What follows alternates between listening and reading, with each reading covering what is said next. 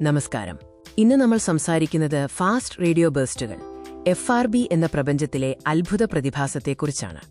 Hong Kong യൂണിവേഴ്സിറ്റിയിലെ HKU ഗവേഷകർ ഉൾപ്പെട്ട ഒരു അന്താരാഷ്ട്ര സംഘം ഈ നിഗൂഢ പ്രതിഭാസത്തെക്കുറിച്ച് ഒരു നിർണായക കണ്ടെത്തൽ നടത്തിയിരിക്കുന്നു.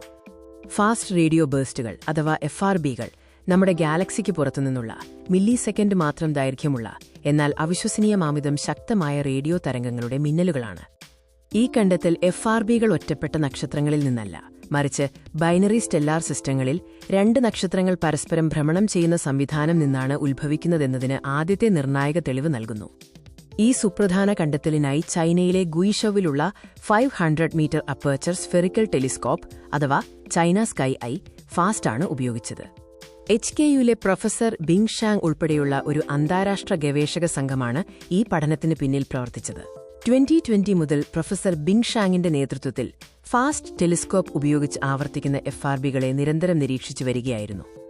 FRB ഉറവിടത്തിനു ചുറ്റും ഒരു പങ്കാളി നക്ഷത്രം ഭ്രമണം ചെയ്യുന്നതിന്റെ സാന്നിധ്യം വെളിപ്പെടുത്തുന്ന ഒരു സവിശേഷ സിഗ്നലാണ് ഈ നിരീക്ഷണത്തിൽ കണ്ടെത്തിയത്.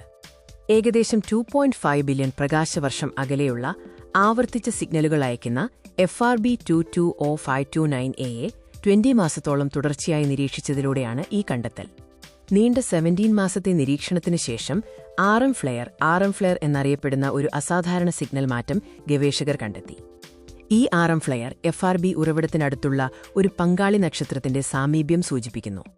റേഡിയോ തരംഗങ്ങളുടെ ധ്രുവീകരണ പോളറൈസേഷൻ ഗുണങ്ങളിലുണ്ടായ പെട്ടെന്നുള്ളതും നാടകീയവുമായ മാറ്റമാണ് ഈ RM ഫ്ലെയർ.